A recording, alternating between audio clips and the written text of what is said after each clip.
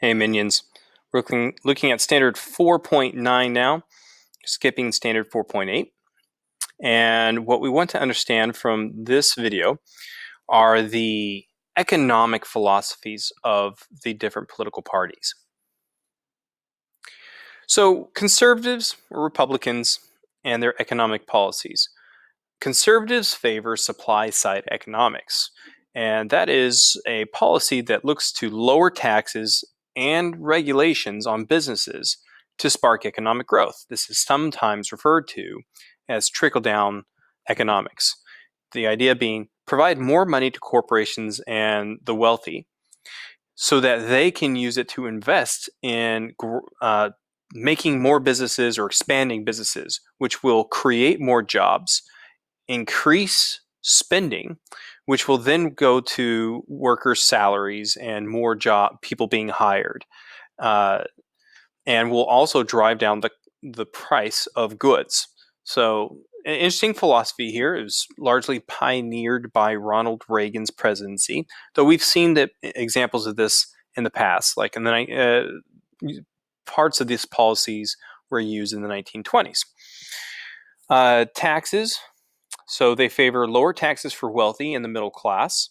Some even favor something called a flat tax. And a flat tax is where everybody pays the same percentage tax on their income, and not a progressive tax, which I can talk about a little bit later. Spending, they favor fiscal conservative. They prefer to cut government spending, as little government spending as possible. They don't want government programs. They don't want to spend on safety nets. What they do want to spend the government's money on is defense, national defense, all right, building up the military.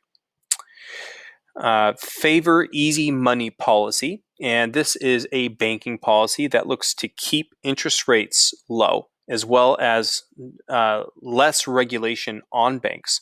And the reason to do this is to allow banks the ability to loan out more money to more people and thus grow the economy through borrowing. The more people borrow, the more people will use it to spend by buying homes or buying businesses and starting new businesses, business ventures. And again, that goes back down to that trickle-down effect. Now, there's some dangers to that, as we saw with the market crash in 2008 of over-borrowing and overextending. Liberal economic policies. They are in favor of Keynesian economics, and this was largely pioneered by Franklin Delano Roosevelt during the New Deal.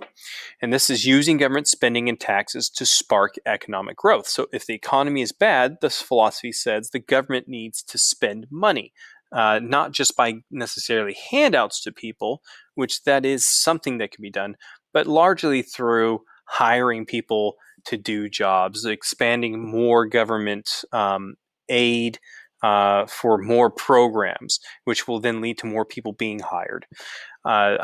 They favor higher taxes for the wealthiest Americans. This is a progressive income tax, meaning that the more money that you make, the higher percentage of taxes you pay, and the less money you make, the lower the percentage. So the opposite of a flat tax. They do favor tax breaks for things like energy efficiency and other socially desirable things for either the economy or civil rights or whatnot. Spending, they favor spending on social programs, welfare, education, healthcare being three of the primary focuses for government spending from liberals. They do favor regulating business and banks, especially environmental and worker safety regulations for businesses, and for banks to prevent risky lending practices, which is what led to the one of the factors that led to the market crash in 2008. Okay, guys.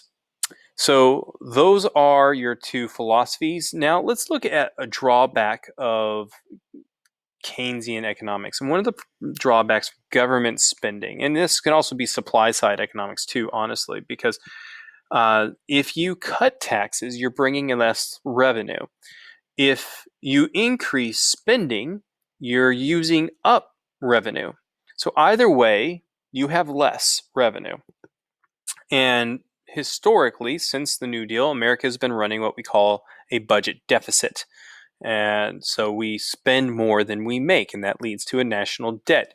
And you can see here that in every presidency, except for Bill Clinton's in the 90s, we have run a budget deficit. We were actually paying off the debt under Bill Clinton's presidency. Now, you can see in 2009, the budget deficit greatly increased, and that was because of Keynesian economics being used to try to fix the economy during that time. Yet here we have 2016. This is President Trump's presidency.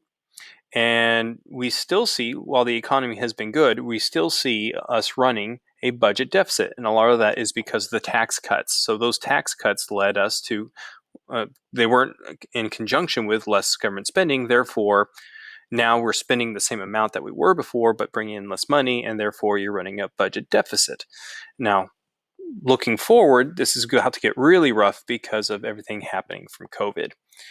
So just so you know, both sides hit each other with poor spending policies, but both groups historically, except for Clinton, have been terrible in terms of managing budget deficits and avoiding them.